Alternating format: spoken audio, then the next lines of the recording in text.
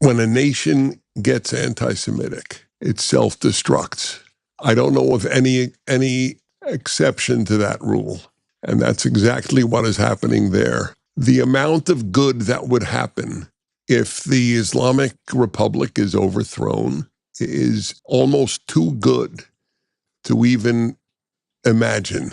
What is unfolding in Iran now is nothing short of miraculous. For 47 years, 90 million Iranians have been held hostage by this radical regime. Let's listen to our very dear colleague, Mr. Dennis Prager. May God bless his soul to continue in his recovery. Let's hear his take on what he thinks is what's happening in Iran right now in real time. Can you comment on the Iran status, the revolution that is happening now? We have seen so many revolutions in Iran. People have tried to rise up against the regime there, and continuously they have been squashed. Do you think this uprising is going to be any different? It looks like it will be different. And I wouldn't have said this even a week ago, but I think it is different. We're talking about millions and millions of Iranians all over Iran. And they are on the offensive. This was not the case in any previous widespread demonstrations in Iran. The demonstrations are massive. This corrupt, vile regime of the Islamic Republic of Iran can't give its people water. I mean, most third world countries give their people water, and Iran can't.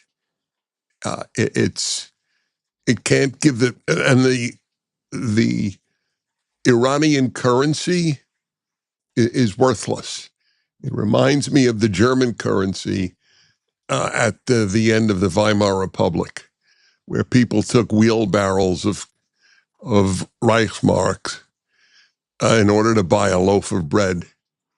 This is what is happening there. And the people of Iran know in their hearts, at any rate, that this regime is corrupt. You know what it spent all its money on? It spent all its money on Hezbollah, Hamas, the Houthis, and every group that is dedicated to destroying Israel and killing all its Jewish inhabitants. That's what they spent their money on, and now they have no money for water. So, if I may digress for a moment, this is why I have said for years that anti-Semitism, when a nation gets anti-Semitic, it self-destructs. I don't know of any exception to that rule. And that's exactly what is happening there. The amount of good that would happen if the Islamic Republic is overthrown is almost too good to even imagine. It would be one of the great things to happen and deserved after October 7th, 2023. You know, it's interesting that you bring up anti-Semitism in Iran because their leader originally ran on an anti-Zionist, anti-Jew, anti-West platform and kind of got everybody behind him. But now apparently research is coming out of the Iranian people that they're the one of the least anti-Semitic people in the Middle East, mostly because they were so disgusted by what their leaders have done to them. And they realized that the whole thing was one giant lie just to get them into political power. And the other really interesting thing that is happening with the most recent revolution that we're seeing is that it's not just students. In the past, you saw students who are going to the streets in Iran. Now you're seeing merchants going out to the streets. So in the past, when the regime kind of neglected the uprising and called it, oh, just silly little students, let's just not pay attention to these little girls. Now you're seeing actual merchants, people who can't sell anything, can't buy anything, can't run an economy. They're the bedrock of whatever is left in the Iranian economy. And they themselves are now coming out as no longer just the students, and wondering whether that can be enough of a change for the Iranian people to muster the courage to move forward. Apparently it is. And I don't know if I would have said this a week ago, because I'm not an optimist about overturning evil regimes from within. But apparently it's so widespread. I mean, they've rendered the currency virtually worthless. They have no water to give their people. And by the way, I saw an amazing video on the internet about how the Iranian regime had mismanaged this giant lake in Iran and cut it off as a supplier of water. It's good for the heart to see the evil get what they deserve. And apparently, I don't know that this is true, but I've seen many reports that Khamenei has gone to, or will go to Russia. And I can only say Russia deserves him and he deserves Russia. It's a bizarre thing that some of the Iranians had more animosity towards the West than they had towards the Soviets, given what the Soviets have done to the Iranian people and the Soviets' relationship with the leader that literally destroyed their country. I don't know. It's a very tough question. What do the Iranian people in general, understanding there are always exceptions, what do they really believe is the enemy of their country? The West or the dictatorships of the North and East?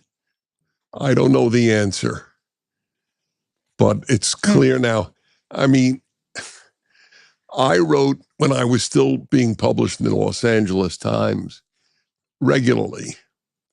I wrote a long piece on the tragedy of abandoning the Shah. That as bad as he might have been, he was a giant compared to what's coming in now. That was in 1979 or 1980 when people were saying we shouldn't support the Shah. And now the Shah's son they're chanting for him. I got to tell you, I kept hearing Marg bar dictator. Marg bar, even I who know no Farsi, even I know what that is. Marg bar Israel, Marg bar America is death to Israel and death to America. And now Marg bar has been shifted over to the leader of Iran, to the dictator. If Donald Trump or Marco Rubio were listening to our conversation, what would you say to them now? You two and others in your administration have done so much good in your first year that historians will be beside themselves that a guy they had total contempt for had achieved so much good. Thank you so much, Dr. Dennis Prager. You are in our prayers, and it is so wonderful to see you once again and to hear you and to hear your perspective. Your optimism is so welcome because we are all praying and have been praying and waiting to see this change happen. There is so much that has unpacked in the past 2 years. And amidst all the sadness, the devastation, the losses that we have endured on October 7, since October 7, we cannot and shall not ignore the miracles as well that happen. And we cannot allow the darkness, the devastation of the horrific, terrible losses and torture, pain, and suffering that our fellow brothers and sisters gone through in these last 2 years. It's unimaginable. No one could ever unsee that image of Mrs. Bibas holding her two angelic redhead kids, the anguish in her face as she was taken hostage to the dark tunnels in Gaza. And then eventually those two beautiful children, they were choked and killed to death by hand by these Hamas subhuman terrorists. So the pain and suffering that we have endured in the past 2 years since October 7th, 2023, has been so excruciating. Just learning about the hostages, their ordeals, those who perished, who were killed, who were murdered in the tunnels, and those who survived to tell the story. Only now are we starting to put the pieces together. And we think about the Nova Music Festival. We had 300 young people coming together to dance in peace, only to be killed, and then the rest taken hostage. There's so much tragedy, but we cannot and shall not forget the miracles that also happened during that time. True, the sadness, the devastation, the losses is a punch in everyone's gut, and it's so painful. And we cry out to God, why, why? We just read that in the Torah and the Bible. Moses also had the same question to God. Why? Why are you allowing this to happen? Why are you in heaven watching this happen? And when God explained to him, Moses, you cannot understand my ways. But one thing I want you to know, you tell them that I am with them as well. I am suffering with them as well. And I'm going through it as much as you are. But why do bad things happen to good people? We don't understand because we are not God.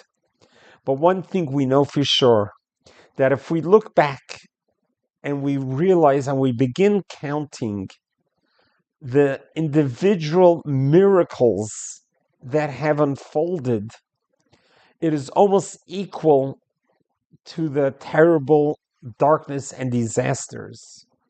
What many don't know, that October 7 wasn't just going to be a breach of Gaza, of a border town. Their plans for October 7 was to be another Holocaust. They had pre-planned with Hezbollah, with Iran, with the Houthis. They were going to do a coordinated attack on the same specific day. But Yahya Sinwar preempted and did not coordinate with the other enemies, and he did it single-handedly. The miracle that we didn't have to deal with Hezbollah on October 7, or the Houthis, or Iran, that happened later. And that miracle itself is such a ginormous miracle that we seem to really not appreciate it, that God did not allow our enemies to annihilate us. Israel was in absolutely no position to be able to defend itself against all those borders at one time. It would have been overwhelmed. And one can only imagine what it would have been like. And then we begin the victories one after the other.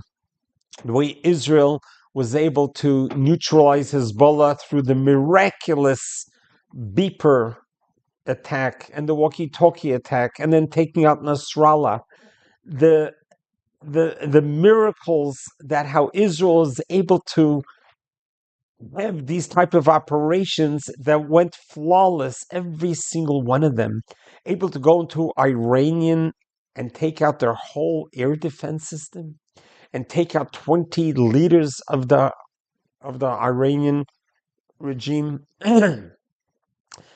It just the amount of miracles that unfolded during those 2 years is definitely cause for us to realize that there is a God in heaven. We don't understand God's ways, and we can't even try to understand God's ways. But the same God that we complain to, why, it's the same God that gave us these miracles. The fact that Israel was able to neutralize, with the help of the United States of America, the nuclear program that has been the biggest threat to Israel is a miracle in itself. I mean, the list of miracles are far many that need to be mentioned, but is oftenly ignored. And we need to be able to recognize it. We need to appreciate the miracles that God does to us and realize that. So, what Mr. Dennis Prager has been talking about just now is the miracles that's happening right now in Persia, as we know it, as now called Iran. Persia is no stranger to the Jewish people and to Israel. We look back in history that we find that the great Cyrus, that was 6 BCE, the 6th century BCE, that he actually paved the way for the Jews who have been driven out of Israel to return to Israel, and he personally funded the rebuilding of the Second Temple. So we had very tight relations with Persia. But as history has told us, that doesn't always last very long. Up until 1979, when the Shah was still ruling Iran, they had great diplomatic relations with Israel. They had cooperations. The alliance with Iran and Israel was tight. There was a flight every single day from Tehran till Tel Aviv, where students would exchange between universities in Iran and in Israel. The doctors, the engineers, the technicians, all talents, we have all shared with each other, and we're able to advance and accomplish so much when we were together. We are always stronger together. And then came 1979, the revolution, and everything changed. 90 million Iranians were now subjected to tyranny, ruling by a bloodthirsty government who shouts death to Israel, death to America. That is their priority. There has been several uprisings over the years, and unfortunately, they were not victorious. But as Mr. Dr. Dennis Prager just mentioned, that this time is a little different, or a lot different. We are talking about post the war, the 12-day war that Israel had with Iran, post the Iranian economy crashing, post the drought that's happening in Iran. So things are lining up in a way that this may actually happen. One can only imagine and fathom what the miracles would be like if the regime can actually fall. The Ayatollahs and the imams, they flee the country and they head off, as Dennis said, probably to Russia. And as they say in Yiddish, Gesundheit, good riddance. Russia, enjoy them, and you deal with them.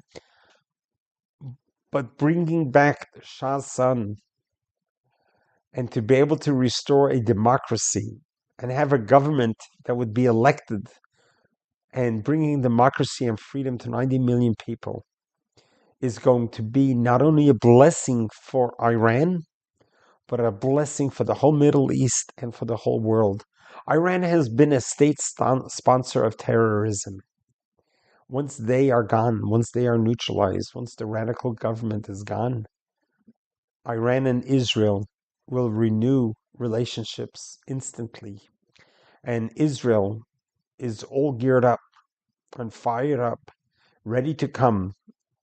Mr. Netanyahu made this offer in August of this year when the water problem began happening, when the drought began happening and the dams were becoming dry. Our prime minister offered Iran that we have the technology, we have the engineers, we have the ability to train how to recycle water, to use water again and again, and how to use the desalination plants to turn seawater into actual drinking water. Israel's ready to do it, and on an instant, it will do it to help the fellow Iranians out. So let's all hold hands in prayer that what Dr. Dennis Prager is projecting actually does happen. Let us witness the fall of the Iranian government as it is now, and let a new, moderate democracy, a government who is going to treat its citizens with all the freedoms and liberties as they deserve as human beings, and that the world can see a much greater future. Let's pray, and we hope that that happens speedily in our days. God bless you. God loves you.